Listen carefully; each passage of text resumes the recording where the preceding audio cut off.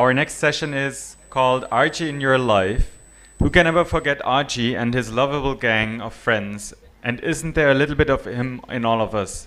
Talking about Archie, how he came to be and how relevant he is today, will be discussed by Nancy Silberkleit and Siddhartha Jain. Please welcome them on stage, Nancy Silberkleit and Siddhartha Jain. Thanks for being here.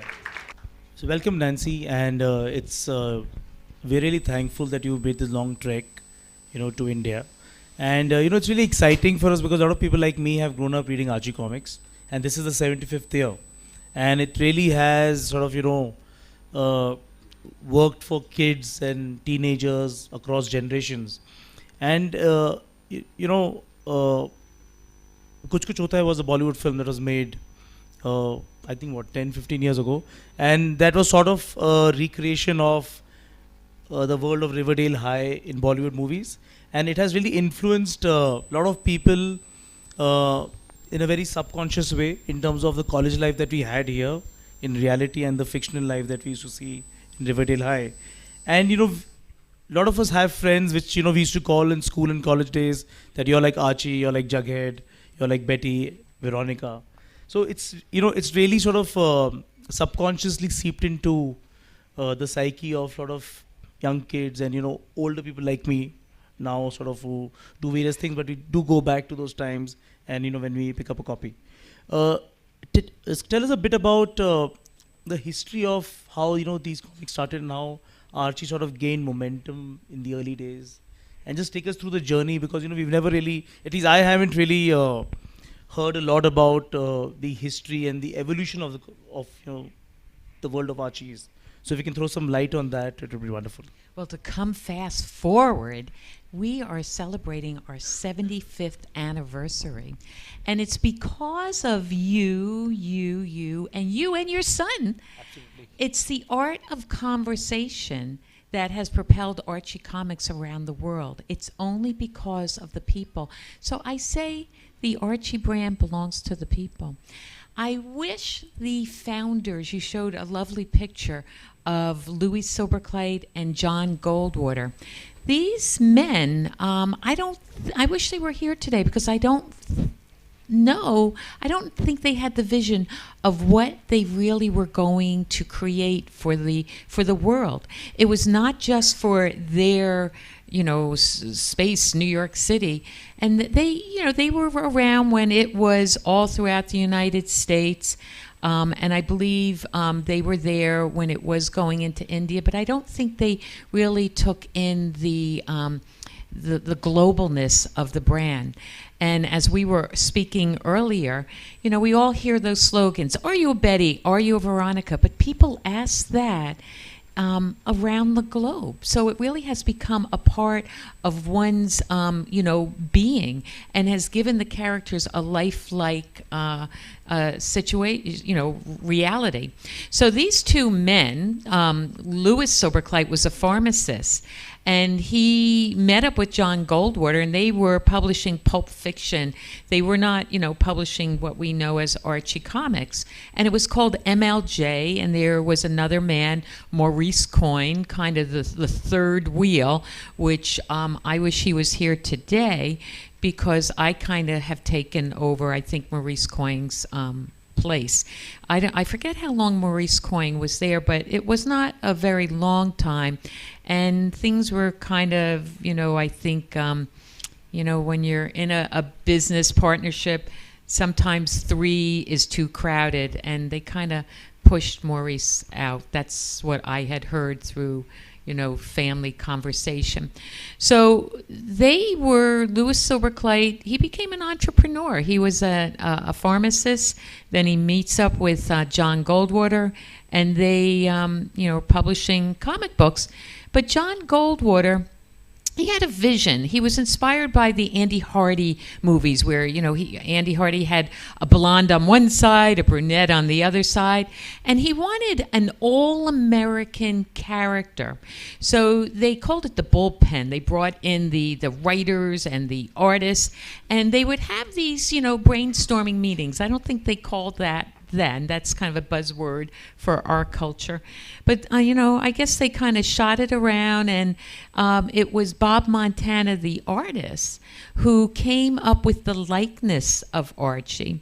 Now, that story of how Archie Comics had started kind of took a direction that it was John Goldwater's idea. And after he had died, he had written his own obituary.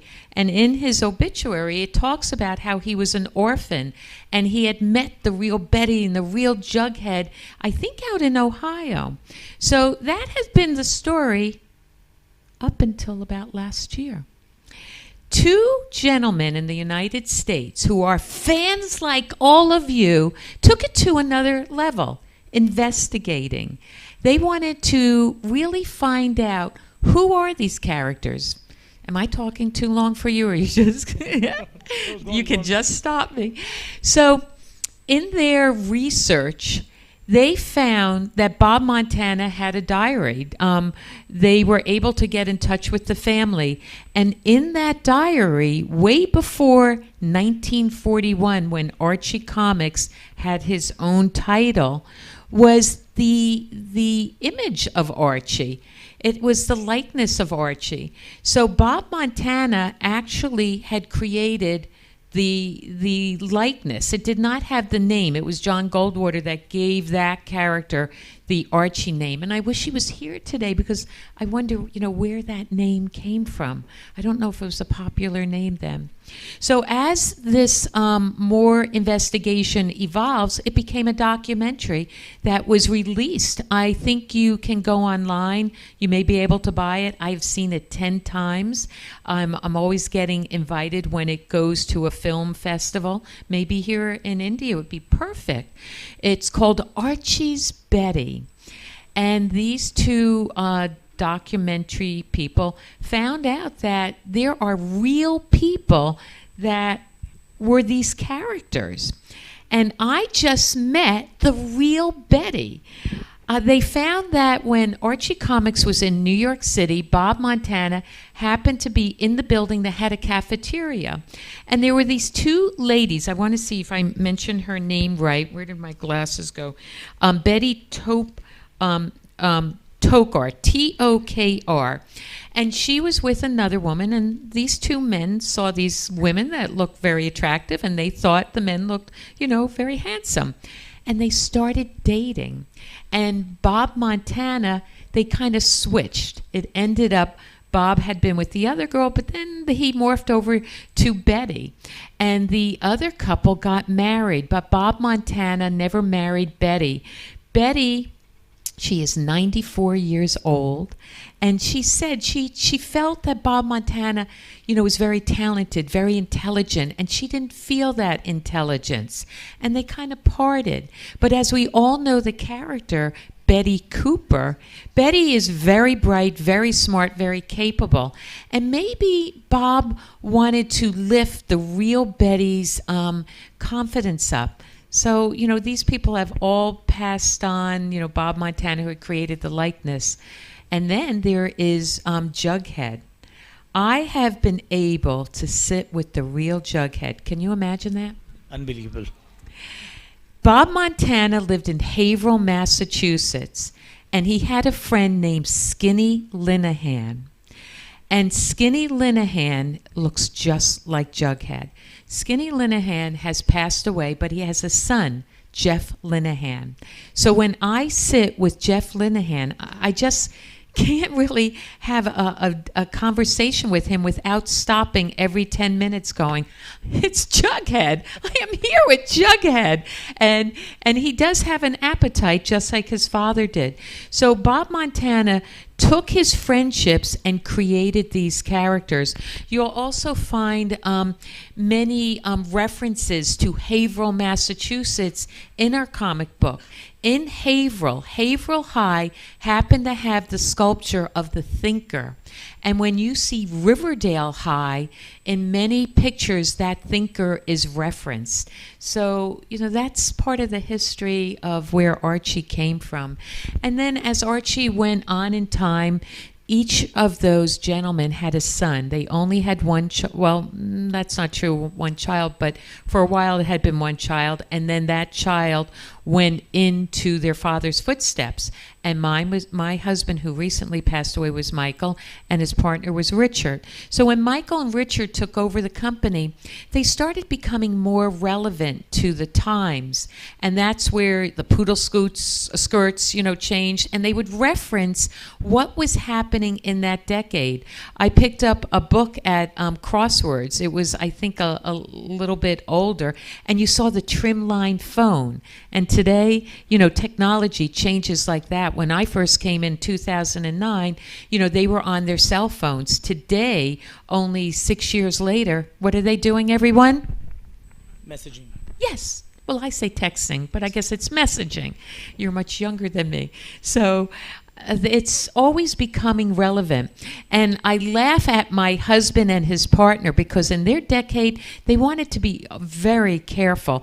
Bloomingdale's was never Bloomingdale's. It would be like Zoomingdale's. And I was reading a story where they had Mick Jagger and it was Tagger. But it was so silly because you knew it was Mick Jagger. The graphics looked like Mick Jagger. So who were they trying to fool? But I guess they felt, licensing rights. They were always thinking about legally. But I think today, when we publish comic books, we use the real names and we become extremely relevant. We also have a new character, Kevin Keller, which represents the gay population.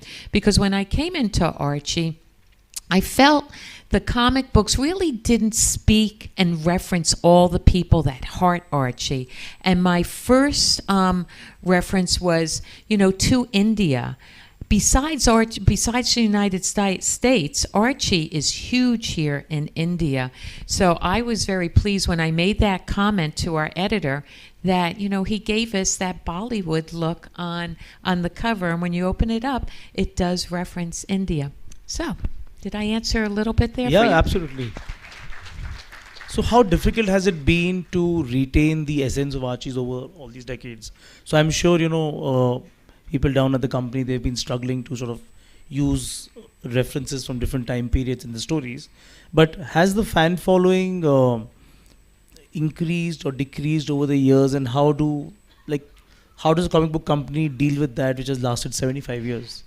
Believe it or not, it's good and bad. Archie Comics is a brand that caters to both genders, all ages, from the beginner reader to a friend of mine just passed away. He was 103. He was still subscribing to Archie Comics.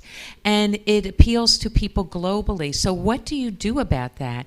Number one, you have to, start referencing other cultures because, we are so connected with technology. So we have to be very sharp with referencing that, and we have become much better than we were, decades ago. So we did come out with a project called Life with Archie. And Life with Archie was really for the older people, where that comic book dealt with very serious issues. It was not like, the digests that you're familiar with or the 32-page comic books where, it always starts out with a little bit of a conflict, but the gang, the Archie and friends, always seem to figure it out. And they figure it out without adult supervision. Right. Mr. Weatherby and Miss Grundy try to step in, but they always are responsible and they can fix it, and they always, teach us something, but they leave us with a chuckle. So Life with Archie was not like that at all, but it was a test. It had a beginning and an end, and the writer decided to have a really traumatic end where Archie was shot. And in a way, the media didn't pick that up so well for us. A lot of people thought that was it. That was the end of the company. But that was only the end of trying out a product that was for the older generation. So right now we have a TV show that's coming out on CW channel, being launched in early October, which is much different than the classic Archie. So we'll see how that's received. So we're going out on all other platforms, and I engaged Archie Comics about 5 years ago into a Broadway musical, and it's just being talked about maybe 8 months ago. The producers started speaking about it.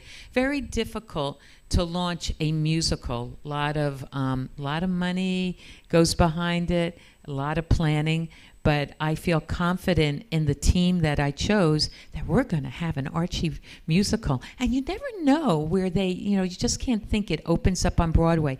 It opens up in many places before it hits Broadway. And I keep telling the producers where it should open up. India. And you have a choreographer. I forget his name, but you may know him. He's a young guy. When he met me, he was like the star of one of these ink talks I was asked to speak at. He did this magnificent choreography for Yes. Yeah. And when he heard I was in the house, it was like, Archie had taken over, and he says, I must do the choreography for this musical. So I have passed his name on. They have been engaged with him. I don't know if they will choose him, but if I was, behind it, because of his passion, his knowledge, and the talent I saw on the stage that he can create with body movements, it was like graphic literacy. He is amazing. So, I put in my little, thoughts to the producers. So I hope that happens. We look forward to that. You should also talk about that incident when you met Jerry Seinfeld and how he reacted. That's funny. You remembered that. We had that little conversation. I was having a business meeting in New York City. And just before I get to that, I don't know how many of you know my story. How many of you know my story? No one. Interesting. That's wonderful, right? Good. Well, I was a school teacher all the ways up until 2008. I was a school teacher, public school teacher, art teacher, and for 25 years in Paramus, New Jersey. How many people know where Paramus, New Jersey is? Yay! And it's a very mixed community. And I had many students that came over from India, and they would tell me, I'm going home to my farm for the holidays, right in India. And they would tell me, I go, a farm? Here we're in Paramus, New Jersey, and they tell me about these magnificent farms they have. So I was very impressed with that. So in around 2008, my husband's business partner, Richard Goldwater, had passed away. And there was my husband for the first time running Archie Comics solo. But shockingly, 7 months later, my husband passed away. It was unbelievable. No one was running Archie Comics, and I had absolutely no interest in the company. Matter of fact, I had never read an Archie comic. I had no love of reading. That's a whole nother story. But there I was, and my career, my husband's career was very separate. I was his lady in overalls, always wore overalls into the classroom so I wouldn't get paint on me. And my husband was the chairman of the board. He was the businessman. He was the one who heart Archie. He was the one who bled Archie. Archie, Archie. And it's like, maybe I just heard too much of it. When I go away with my daughter, she goes, Mommy, can we just not talk business? Because I'm doing exactly what my husband did, Archie 24/7. So when my husband passed away, I was asked to sell the stock. I oversee 50%. I didn't want to. And going fast forward, I figured it out in India why I didn't want to. I'm really a teacher. I'm not moved by money. So after about a year of that, they asked to bring me into the company as a business person. I didn't want any part of that. I have no business experience, and it was just not a place for me. But a lawyer told me if I didn't do that, I'd have to sell the company. So I said yes. I knew it was wrong. I had absolutely no confidence. It was the stupidest yes I ever said. I doubled over with pain, nausea. But when I stepped into Archie, I realized that that offer was not that sincere. And I think it was kind of like what happened to Maurice Coyne, making me run for the hills. But Maurice Coyne didn't wear high heels like me, and my high heels became very, very tall. I even have ones higher than this. And I dug my heels in because I became a businesswoman overnight. And I am proud to be the co-CEO of Archie Comics. As a matter of fact, I'm the first female that ever walked through their doors as an executive. And in the industry, I think I'm the second or the third. Not many people look like me. And I've enjoyed branching out. People at Archie Comics never went overseas. And I love meeting the people because it's the fans, I said, that propel this brand around the world. It's the art of conversation. So bring me back to where we... Jerry Seinfeld. Jerry Seinfeld. So that was it. I was having a business meeting. And here was the lady who never thought she could be in business. So I'm there talking. And who bothers me? Jerry Seinfeld. I happen to have an Archie comic book out. He goes, "Can you tell me where to get that?" I said, "Well, Mr. Seinfeld, I happen to be the co-CEO, and I'm having a meeting here, and I'd be happy to give you this book." He goes, "Could you sign it for me?" I go, "Wait a second. I'm just Nancy." He didn't know my whole story. It was just like, "Archie, Archie." I said, "Well, we got a deal. I'm going to give you this book with a signature, but can we have a picture?" And I think, if my memory, if I'm right, I think it made page 6 of the Post, Nancy Silberkleit with Jerry Seinfeld. He is a huge Archie fan. He just melted. I signed the book. He went off very happy. So it's amazing how Archie Comics has touched many people. Hillary Clinton, I've had her to my house, and because she's a big Archie fan. I was in a meet and greet of Michelle Obama. When she got to me and I happened to say, "Archie Comics," she stopped and was talking about Archie, Archie. It was so uncomfortable. I didn't know what to do for the First Lady, but to bring her back to reality because she had hundreds of other people to greet, and there she was just focused, not really on Nancy, but that rainbow over my head of Archie. It is huge. So what I said to the First Lady, I don't know if she'll ever remember this, but I do.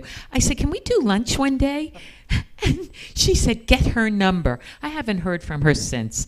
I think she went back into reality. And I'm so embarrassed that I said that. But I had to do something because she wouldn't stop talking about Archie. She was spending too much time with me.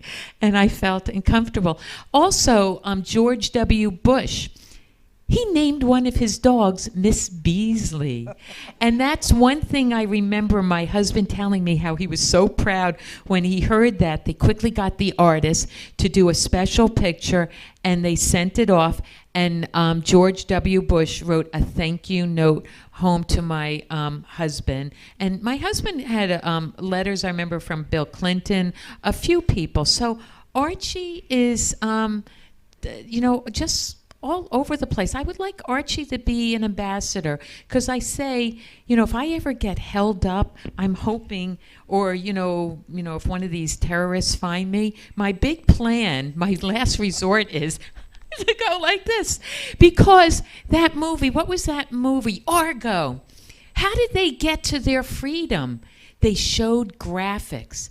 And it melted those people to get lost in graphic literacy. And the people slipped out onto the plane because they got lost in that. So I always have these in my bags because if anything, I will pull it out and hopefully I'll have my head still on my shoulders. So from the Archie family, which is the second most popular character in terms of popularity of sales, or you meet people as you travel around the world, is that Jughead?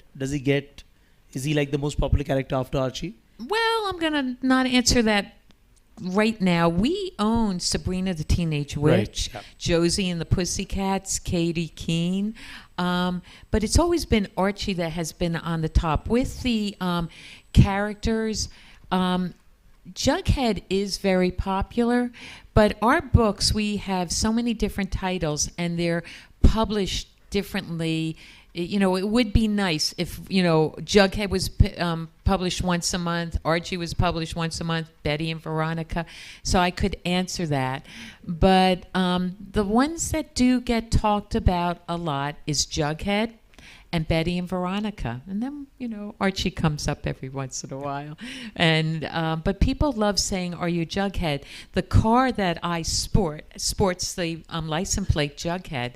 And sometimes I'm driving down a major highway and there's a man he's driving like this and his head is out. Does that have anything to do with Archie Comics? Jughead! I love Jughead.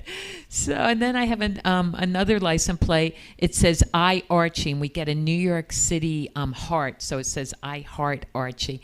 And that gets a lot of people with conversation. So it's Jughead, Betty, and Veronica.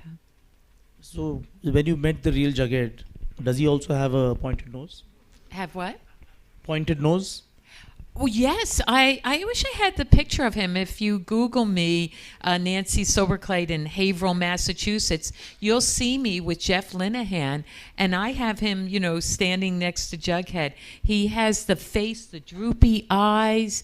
Bob Montana noticed the characteristics of this, you know, human body and drew from it, and that's how you got Jughead. And that's, you know, intellectual properties, not always visible.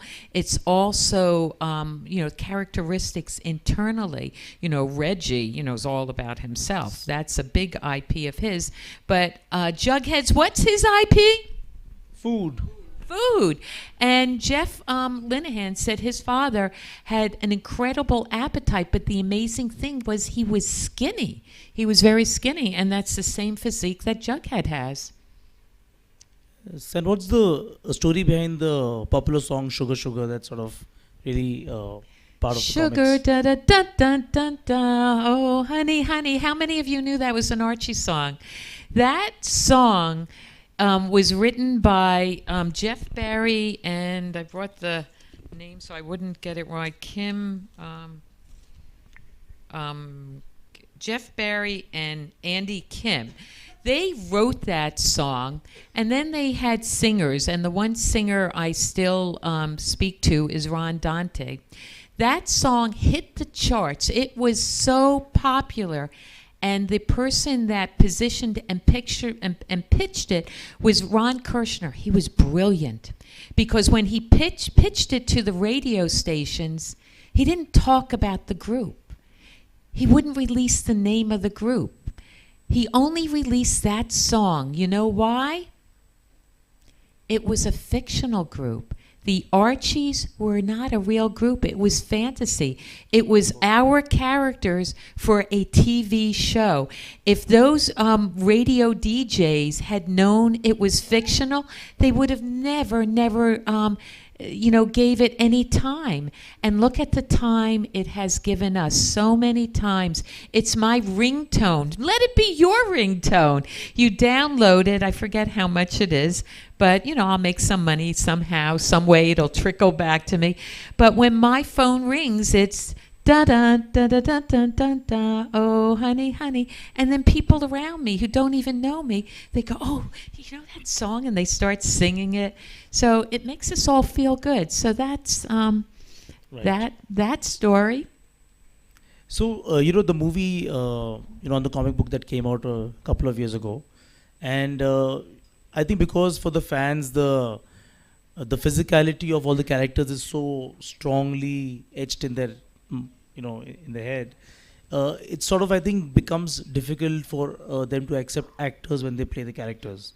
Don't you think that the same problem will happen, you know, when you have a theatrical adaptation of the comic book?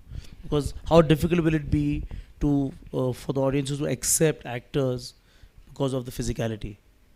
So you're saying to put, like, you know, this cover here, if we continue that character, Yeah, that so the design of Archie, right? So if you cast a real actor as Archie, how difficult is it for the audience to how do you accept them? cast? Yes. Well, this TV show CW, I've looked at. Is that a live action TV show? Is it Yes, it's animation? live action. Live action. And I not privy with all the names, but when I was reading their Right. bio and their energy, and welcome to all these Archie fans that came into the house. Thank you.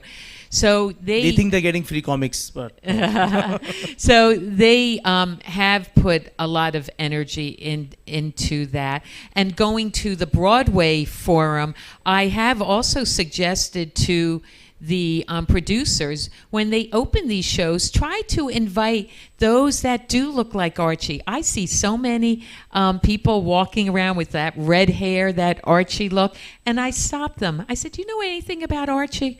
Oh boy, do I know about Archie. It's been my nightmare. Are you a Betty? Are you a Veronica? I can't get away from it. But I think it would be fantastic to have a few rows of real people that do look like Archie, because Archie does, and all the characters represent people.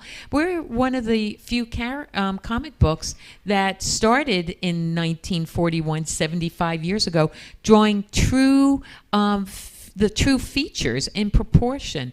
A lot of people learned how to draw people by reading Archie comics.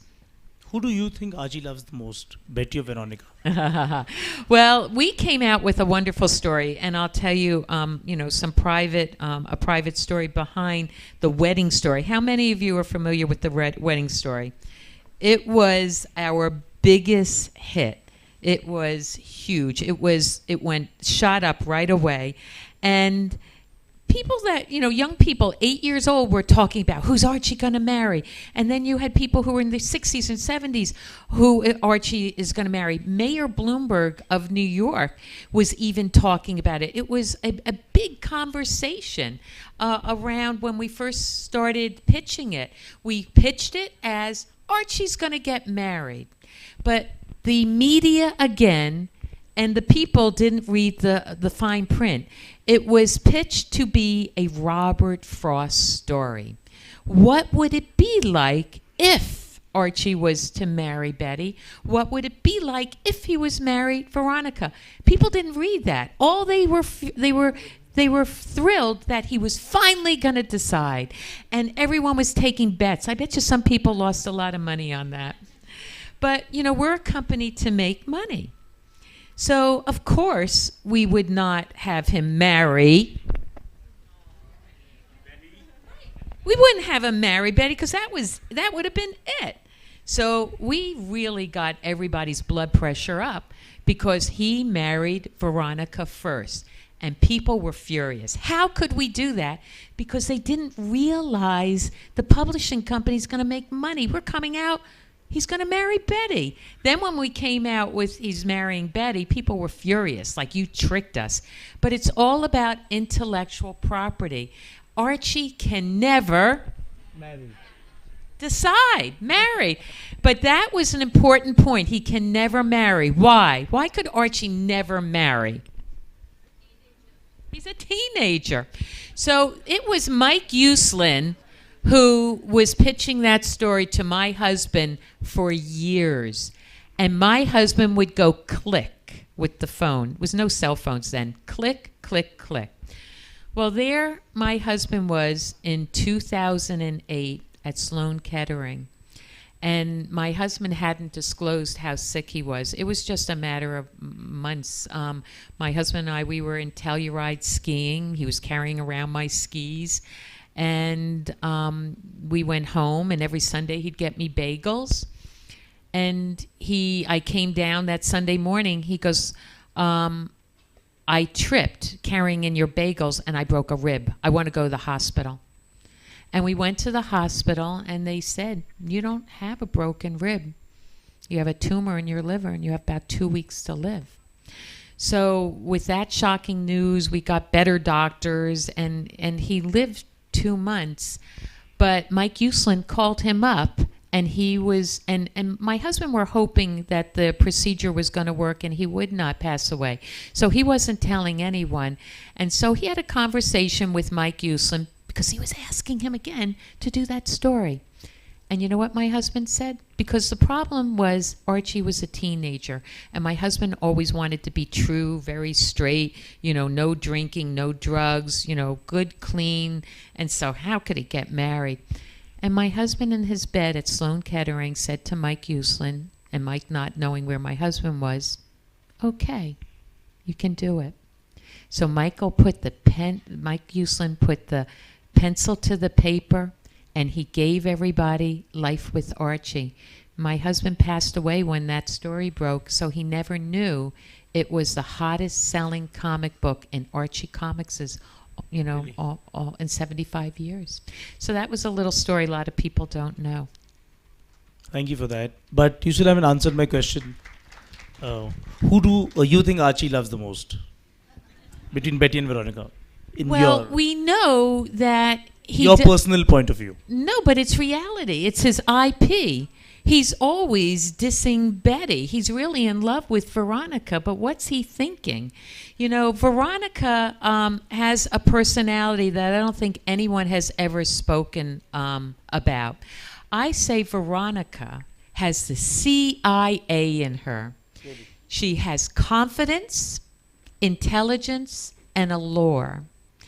And she's powerful. I don't really think... I think it's the father-in-law that Archie fears. Yes. It's really the father-in-law issue. Well, it's not only the father-in-law, it's also Veronica. I don't know what he thinks he's dealing with. She's booty. Yes. And does Archie have a sun sign? Does he have a sun sign? Archie? Is he like a Taurus or a Virgo? Is he a Scorpio? No, but we should give him one. I'll bring that back to the editor. Yeah. That is a great idea. I will bring that back to the editor. And then we'll match the horoscopes and then we'll figure. Yes. That's how we do it in India. Yes. We match the horoscopes. Ooh. We'll find who works better, right? Okay. Betty or Veronica. Can someone take notes on that? That is great. I want to bring that story back. I hope I'll get like some royalty on that one. Betty is always... okay. This Betty, you can't hear, right? I'll sign it and send it to you. Okay. So but you Betty didn't hear the royalty bit. What was that? You didn't hear the royalty bit that I mentioned. No. I'll send you 10 comic books. Royalty.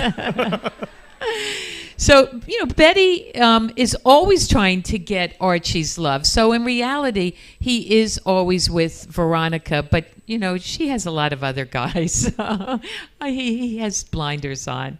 But remember that. I think, no one has ever spoken about Veronica the way I do. I come into Archie Comics as an educator, and I see Veronica always with her dad, and she gives Mr. Lodge, she gives her daddy ideas, and sometimes he goes with it. So she really is a businesswoman. She's savvy. So she has that CIA, confidence, intelligence, and allure. And it's something I never had until I stepped out of the classroom into the boardroom and met these characters, because they have really turned my world around. And if my husband was out there, I don't know if he would recognize me. So, I thank that Archie rainbow over my head. And it's really India, too, that gave me my break. Because there I was, sitting in Mamaroneck. We've moved our office a few miles to Pelham. But someone told me about Ink Talks in India. And I had just become interested in our overuse of plastic, and I had pitched a story about Bottle Battle, and I was starting to become more of, speaking and utilizing Archie Comics in the classroom and to educators. And I wanted to kind of take that to the stage, and I heard about Ink Talks. And the lady behind Ink Talks, Lakshmi, invited me to come and speak in Pune. So here I was in 2012, and believe it or not, everybody, I had a huge fear of public speaking. Going a little bit back a few months before my entrance over to India, I was invited to speak with Governor Walker, and the person who booked me, I said, I don't do that. He says, but Nancy, you're a teacher. I said, yeah, I know. It took me a long time to be able to teach just with a class, but I could never speak in front of the parents. I could never speak to the entire body. I have a huge fear of public speaking. What are two things people are afraid of? Anybody know that answer? What are we all afraid of? Dying and public speaking. I had that big time, public speaking. Could not do it. So I canceled myself. And the man on the other phone who was in Wisconsin said, what were you going to talk about? And I said, oh, when I was left back, I had no love of reading. Then I found comic books. He goes, can't you come and tell that to our 300 charter school teachers? I said, well, that would only be a 2-minute talk. He says, that's okay. So I said, yes. So I go out to Wisconsin, and that was the day I got the CIAME. I became a Veronica. I became a public speaker. I have an agent now that pays me money to go around and speak. But here I volunteered my time because I love coming here, and it was a great opportunity when people are promoting literacy, and I have a few schools I'm going to be visiting, because as I said, I had never read an Archie comic book because I had no love of reading. That went on for decades. My husband died in 2008, never knowing I was left back, and that's when I say, when I was a little girl, the love of reading was stolen from me if they had given me a comic book, so I tried to propel that. So, there I had a little bit of confidence. So when I heard about Ink Talks and Lakshmi, I got into contact with her, and she booked me. So there I stood up on one of your stages, and people listened to me. I had clocks with times, and you can go on and look at that talk. It's Nancy Silberkleit, Ink Talks.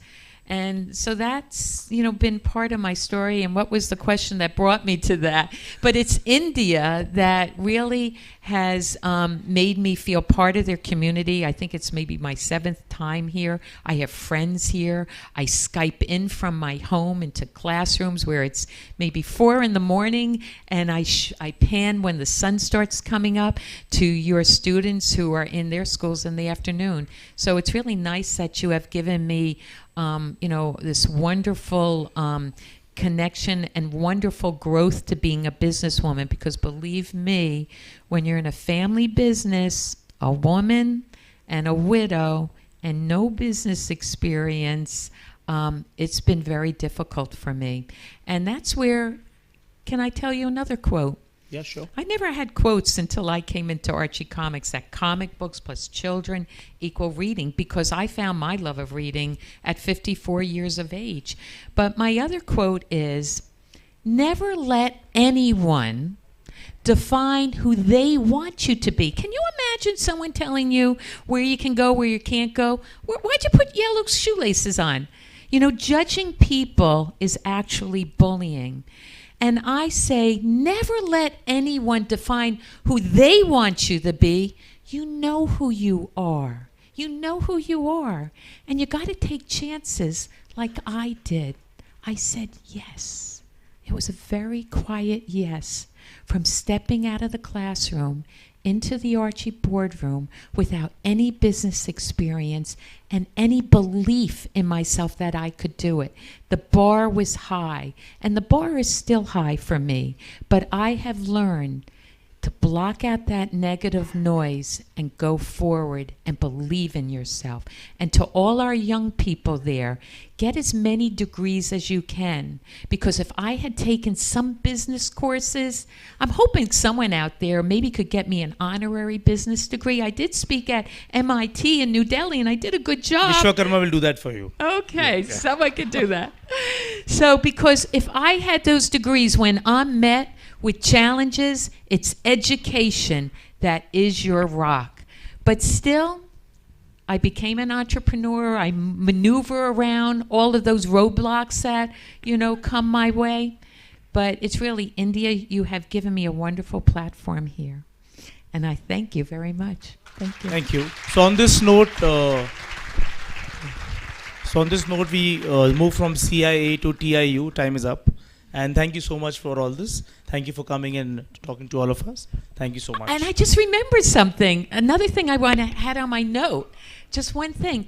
Do you know that Archie Comics has been in outer space?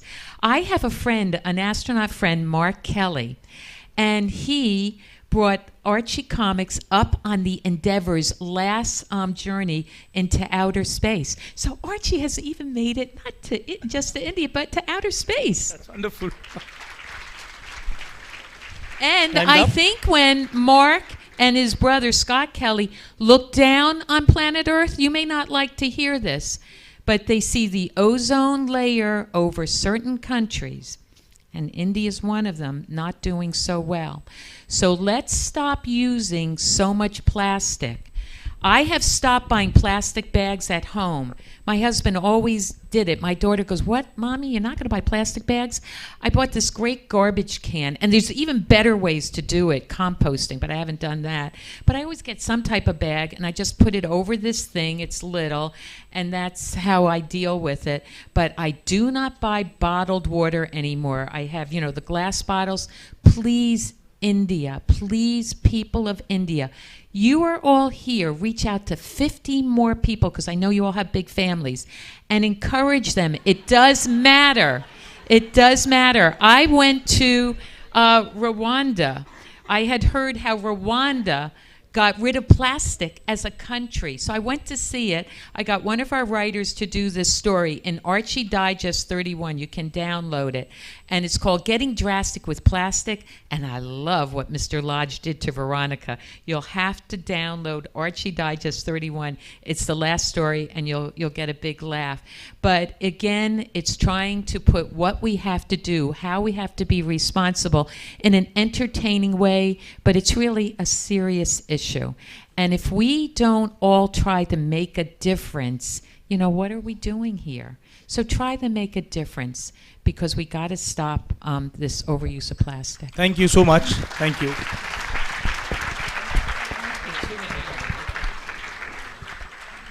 Thank you very much, Nancy Silberkleit and Siddhartha